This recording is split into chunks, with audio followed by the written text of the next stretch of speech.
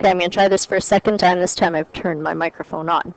So 4.3 is permutations when all objects are distinguishable. So that just means all objects are unique. You're not taking 3 red socks, you're taking 3 different colored socks is all that's saying.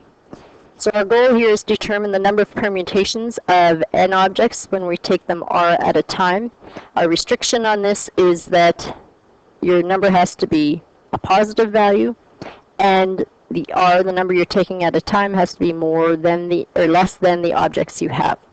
So the formula that we used for this is the NPR formula, and the P just stands for permutation or arrangement, and it is equal to n factorial over n minus r factorial. And again, your restriction is that it has to be between or greater than 0, and your r has to be less than your n.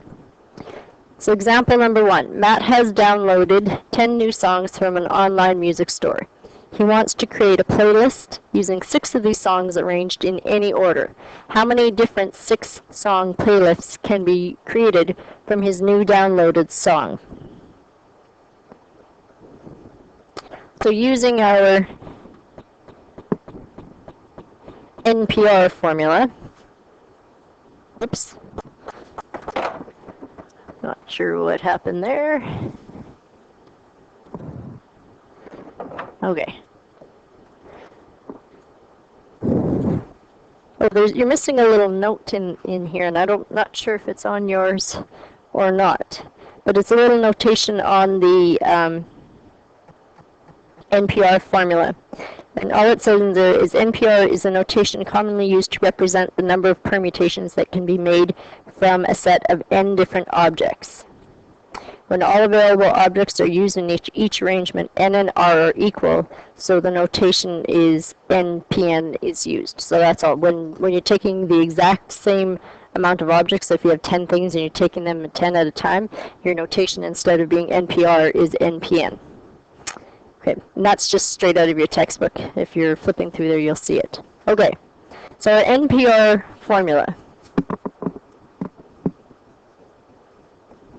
And when you're writing this, your n and your r are subscript. They're lower than the p, and there's lowercase. The p is an uppercase p, and it needs to be in that specific thing, in that specific way. So using our NPR formula, our n for this is the number of objects we have. So we have 10 new songs. Our r is he's taking these 10 songs 6 at a time. So using the formula, we would have n factorial over n minus r factorial. So n factorial is 10 over 10 minus 6 factorial. So that's 10 factorial over 4 factorial. And again, you can expand it and find your answer, or you can use your calculator. I'm just going to give you the answer. You can expand if you want to. So 10 factorial over 4 factorial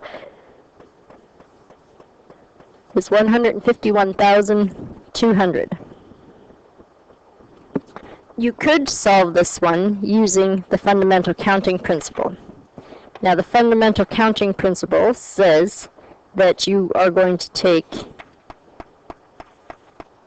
and multiply your numbers together. So, fundamental counting principle says I have 6 choices here, 6 spots that I need to fill. 1, 2, 3, 4, 5, 6. So that means I have 10 songs I would choose for spot 1, 9 songs for spot 2, 8 for spot 3, 7 for spot 4, 6 for spot 5, and 5 for spot 6. If I had expanded this out, this would be 10 times 9 times 8 times 7 times 6 times 5 times 4 times 3 times 2 times 1 over that 4 times 3 times 2 times 1. So what would happen is my 4 times 3 times 2 times 1 would just be cancelled, and I would be left with this. So this gets me the same answer. Just takes a little bit more effort to get there.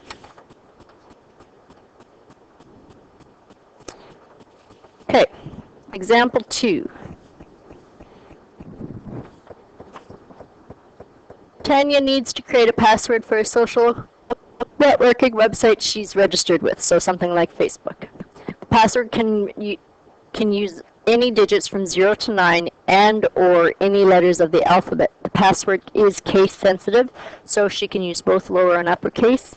A password must be at least 5 characters to a maximum of 7, and each character can be used only once in the password. How many different passwords are possible? So, number of characters that she could possibly use. So she's got 10 digits. So I'm just going to write number of characters here,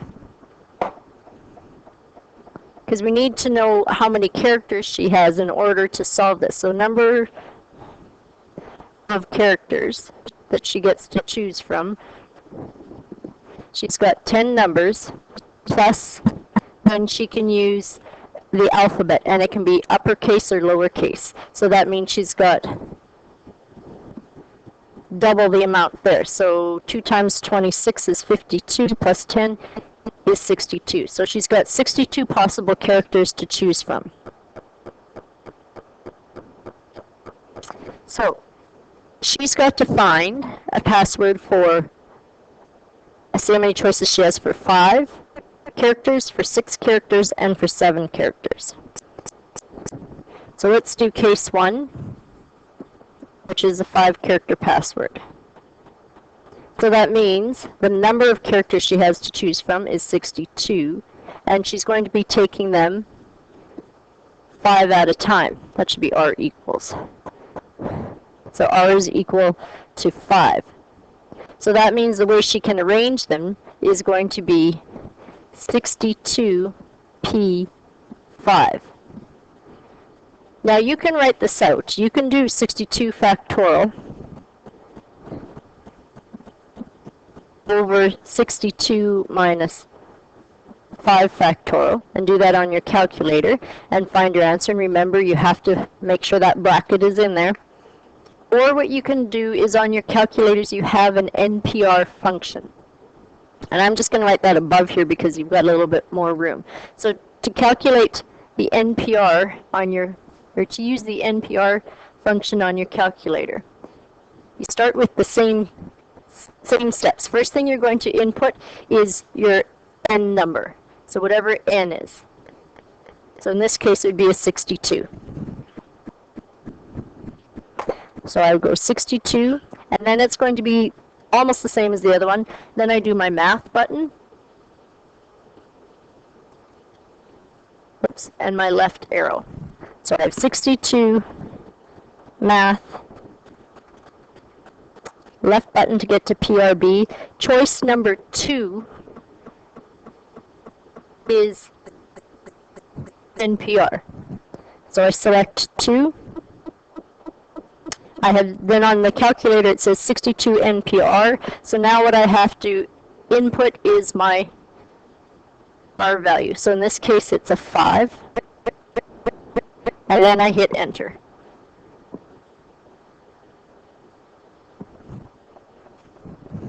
And that gives me a lovely huge number. 776,520,240.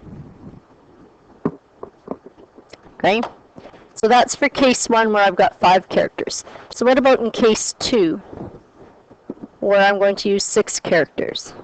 So my N is still 62, but my R this time is 6. So what I'm calculating is 62p6. So that's 62 factorial over 62 minus 6 factorial. So again, you can do either one on your calculator. You can do 62 factorial divided by 62, or, well, you just write in 56 factorial, and you can find your answer, or you can use your NPR function. When you calculate that one, though, you get, it's in the billions, 44,261,000. 653,680. So case 3 then is the 7 characters. So our N is 62, our R is 7, so what we're calculating, and keep moving down here, I'll just put it a little bit lower, is 62p7. So that's 62 factorial over 62 minus 7 factorial.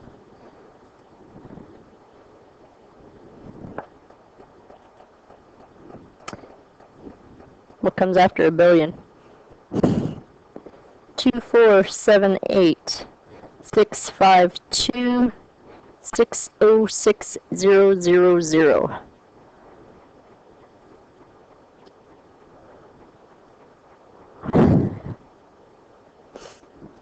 So what we need to do then is to find out how many different passwords are possible, is we need to add this to this to get our grand total of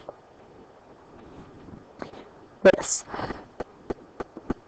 252369078000.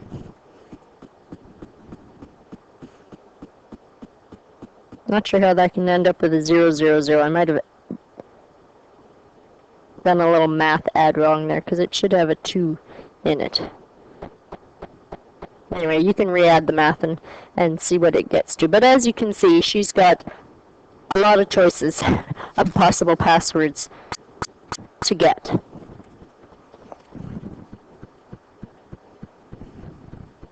Okay, so now we're going to look at solving a permutation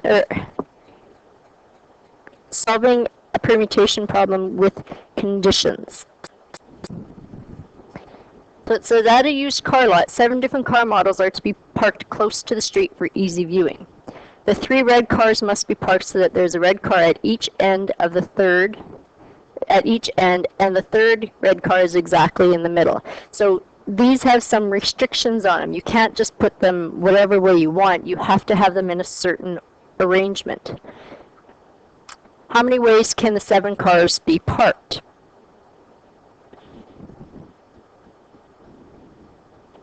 Okay, so we have 3 red cars. That doesn't mean that they're not the same car. They're obviously 3 different cars. They could have different mileage on them, or they could be 3 different editions of a red car. You can have your LE, your SLE, and your limited edition, whichever. So you know that in your spots here, we have 7 altogether, right? 7. 1, 2, 3, 4, 5, 6, 7.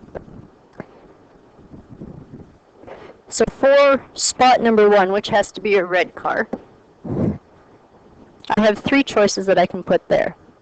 That means that what's left for me in the middle position is I've got 2 cars I could choose from, and in the last position I have 1 car to choose from.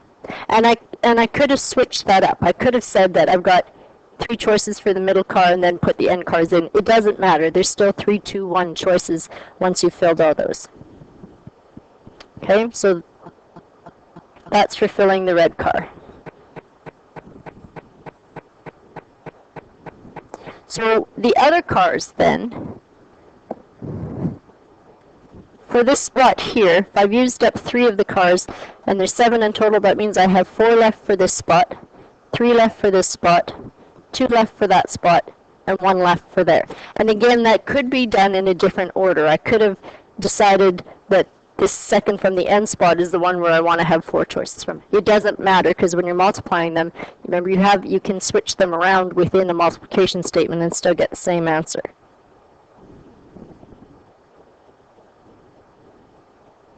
So our solution for this then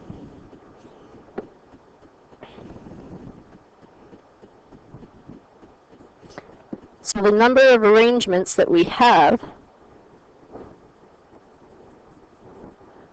what we've done is we've taken our red cars and we've arranged them, and we've taken our other cars and we've arranged them. So the number of arrangements is equal to the number of permutations that we had for red cars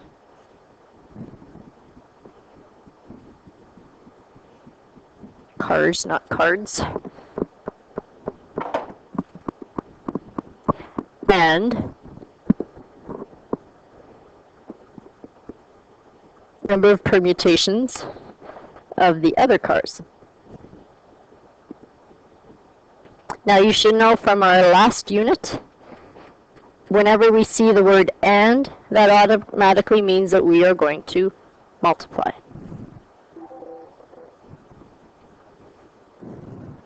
So our total number of ways here, and we'll just call it A for arranging, is equal to, we have 3P3, so we're taking 3 red cars and we're arranging them 3 at a time in specific spots. And then we are taking our remaining 4 cars and we're arranging them 4 at a time. So what I said at the beginning there in that notation, when you have your n and r equal to each other, it's like saying npn, which is just the same as n factorial. So this is the same, 3p3 is just the same as saying 3 factorial.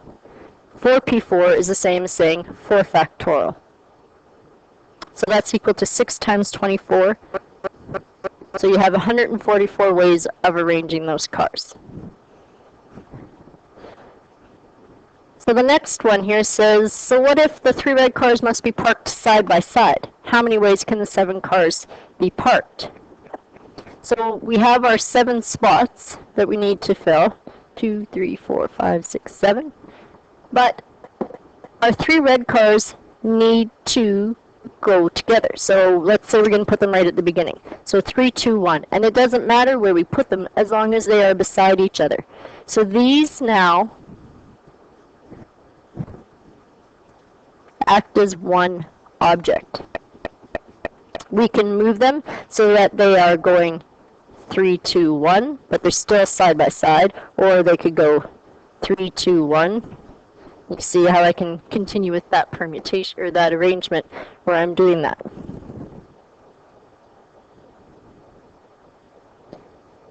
So that means then this acts as one object. So I've got 1, 2, 3, 4, 5 other objects I need to, or 5 objects I need to arrange.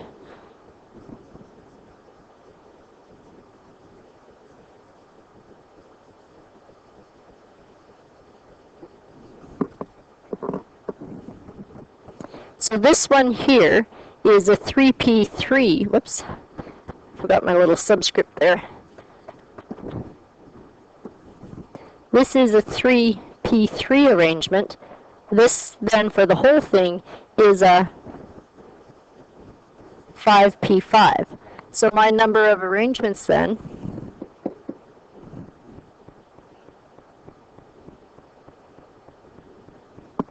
is going to be my 3p3 times my 5p5, which is the same as 3 factorial times 5 factorial, which is 6 times 120. So there's 720 ways that you can arrange those. Okay, so now we're going to look at comparing arrangements created with and without repetition. So sometimes when you're doing things, you can have repetition, like in that combination one.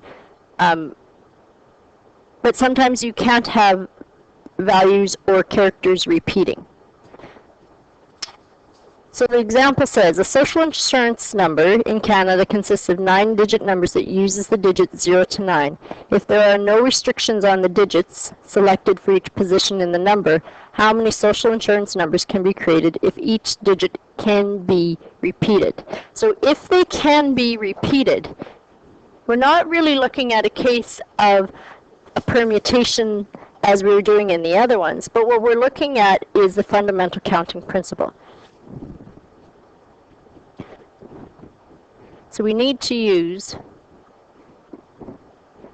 fundamental counting principle to solve this, because we have, it's a 9-digit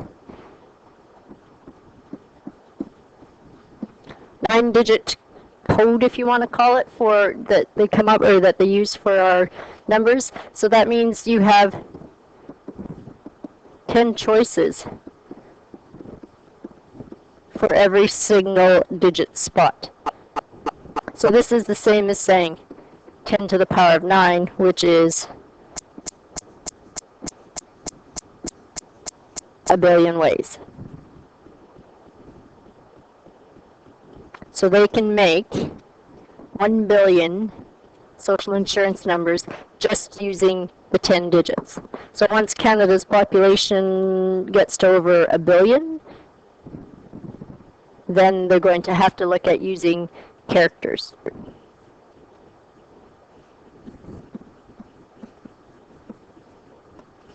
So how many SIMSB can create if no repetition is allowed? So if it says no repetition, then we can use the NPR formula.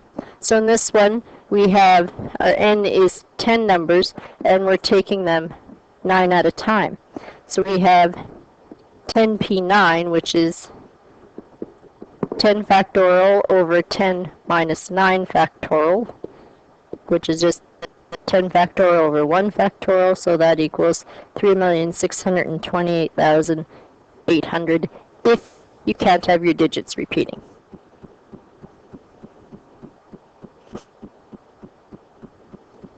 If you had done this, or you could have done it using the fundamental counting principle, except you'd have been going 10 times 9 times 8 times 7 times 6 times 5 all the way down. So it says, in reality, the Canadian government does not use 0, 8, or 9 as the first digit when assigning social insurance numbers to citizens and permanent residents. A repetition of digits is allowed. How many 9-digit numbers do not start with 0, 8, or 9? So, if we can't start with 0, 8, or 9, that means our number of social insurance numbers, whoops,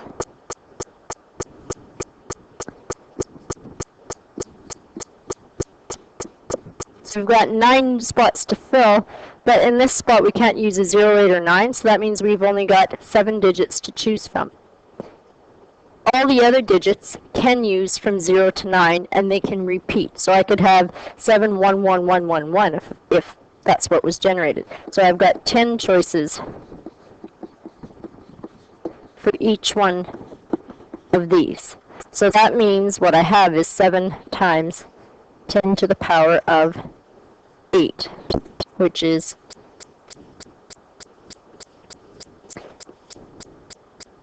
whoops, I'm seeing a 0 there. 700 million.